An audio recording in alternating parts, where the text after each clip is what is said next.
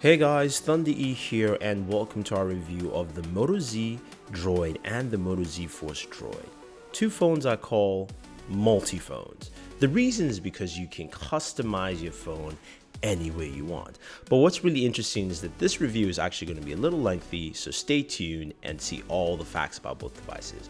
So this is the Moto Z. It's the thinnest device from Motorola.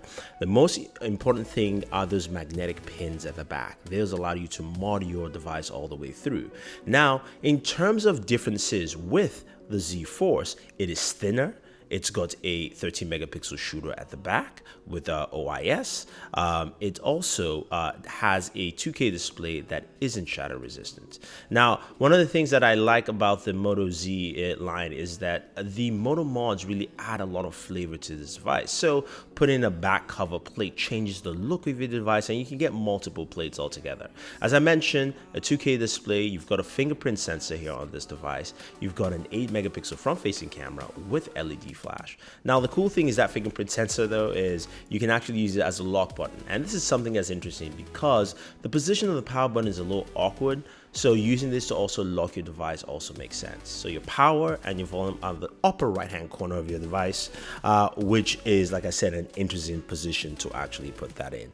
All in all, it's powered by a Snapdragon 820 processor, 4 gigs of RAM, no headphone jack, and a USB Type-C port. Now this thing has, of course, fast charging, but it's got a smaller battery at 2600 milliamps, and we'll talk more about that in a sec. Now here is our Moto Z Force, the thicker cousin compared to the Moto Z.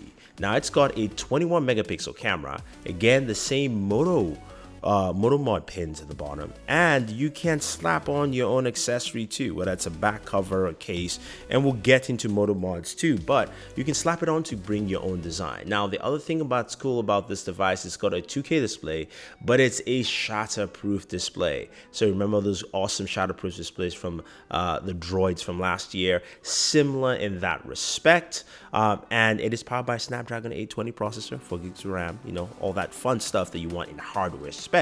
And it's got a front-firing speaker. Now, as I mentioned, that screen is shatterproof. So what it means is simply you have your Moto Z Force. You can go ahead and just boom, drop it on the floor. Now, your Moto mods will most likely separate. It's held by magnets, but with that kind of force, it should actually separate. But what you have here is Moto mod's fine, and also our Moto Z Force is also fine. So that's the difference there between the Z Force and the Z, the shatterproof display, and the camera, which we'll spend more time talking about. And I think, you know, that really sets the different stage for both devices here. Now, as we take a look at the camera software though, I do have to mention that the software is the same. Both devices can shoot at 4K and also can shoot at 60 frames per second, 1080p, which is nice. So that's something a lot of users want to see, 1080p, 60 frames per second. You've got a few shooting modes. You've got HDR for both the front and the rear cameras. So what I'm going to do now is I'm going to show you video from each device, the Moto Z and the Z Force, the Droid, and some photos, and then we will go ahead and finish up the rest of this review. City, and I'm recording 4K on the Moto Z Droid. Now there's a lot of noise, background noise, so I expect that to actually interfere, but I'm going to actually just cut around, show you that movement from light to dark. And as we see people riding on the bikes, I'm going to walk down too, just a little bit, so you guys get a good idea. Well, I'm going to walk through the shade here, and then try and walk into some light. And you can see that. Now, while recording, you can also increase exposure. So even though it's darker, I can put my exposure down a little bit. There we go. Sorry. And then I can also tap out of this and then go into sunlight. So you get a good idea of how this is. The Moto Z does a good job in actually recording 4K video. There's some shakiness, but as we move to our photos in daylight here, you can see just the natural, without actually messing around with the exposure, the exposure is actually on the brighter side of the camera. You still get some really good shots there, although it looks like there isn't too much focus on details in the on farther regions of your photo.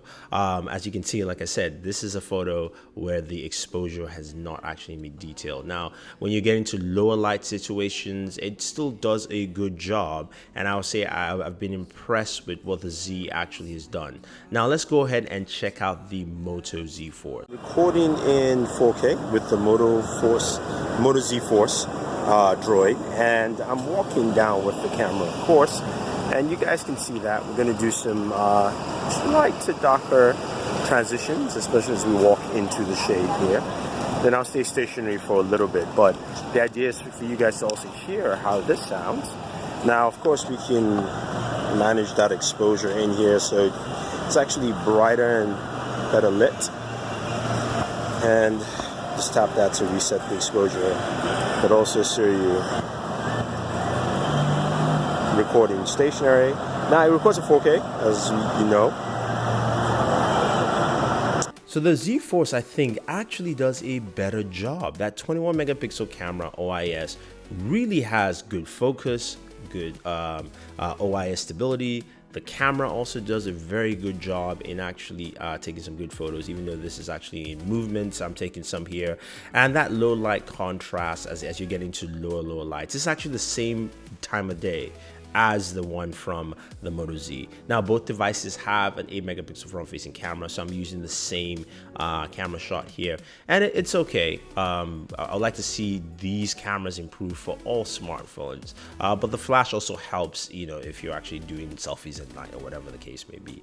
Now, when it comes to gaming, this device has a Snapdragon 820, actually both devices, so I'm going to show you gaming from one device, but I also want to move from here and go into the Moto mod. So take a look at gaming experience and also listen to the internal speakers, and then we'll move from there.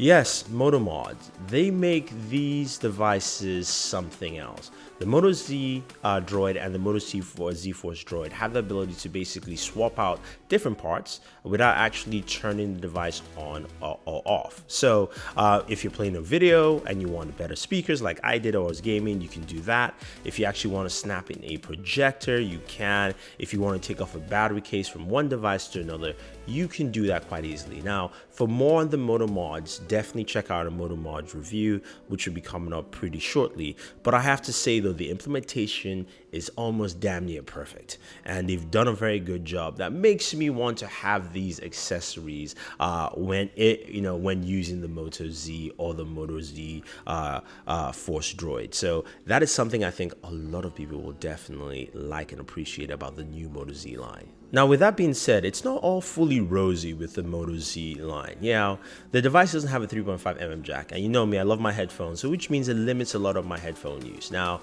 luckily, Motorola added this USB Type-C to 3.5mm jack, which is great and allows you to connect to your headphones, like of course my focal headphones here, but it also means I can't charge my device. Now, the workaround with this is that you can of course attach a rechargeable back plate to your device quite easily there, but that means you're spending more money. So I don't know how users will pick this up, because I, for one, don't necessarily like that, and I think they could have put on their 3.5mm jack on that device. Now, we've come all this way in the review, and we haven't talked about performance. Now, both devices run Android 6.01, a very stock Android feel, and it's very standard Motorola fare, but in a good way that it just works well. You don't have that many issues to boot, and actually you really don't have any issues software wise with this device. So I have to say that I think they just do a very good job overall. So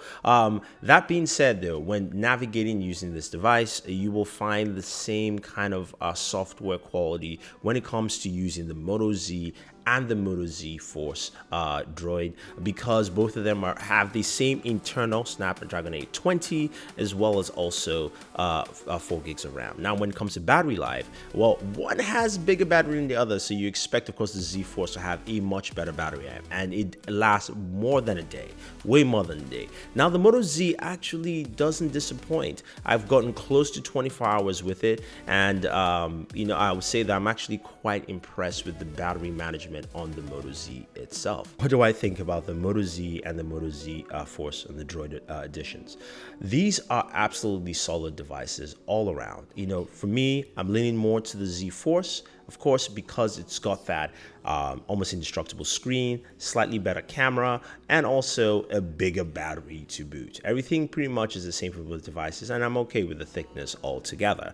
Now, in terms of pricing, this is where it becomes a sticker, but if you're a Verizon customer, it makes a lot of sense. Now, if you're picking up the Moto Z, the pricing is $26 a month or $624 if you want to buy it outright, and the Z Force is $30 a month or $728 if you want to buy it outright. That being said, though, these two devices are really solid, and I think a lot of people will like their usage. So it all depends if you want a device that can change with your needs, and that is where I call it, the multi-phone, because you can have a speaker, you can have different accessories added to it, and you can make it a whole new phone experience, if you will. And that's what the Moto Z offers that no other device offers on such a simplistic basis. So guys, any questions or any comments about the new Moto Z Droid and the Moto Z Force Droid, let us know. Put your comments down below. Sorry, this is a much lengthier review, but there were two devices we had to cover a lot of good things on. So if you guys have any questions or any comments, let us know. Otherwise, don't forget to like and share this video, favorite this video, subscribe to the channel, and always enjoy your entertainment.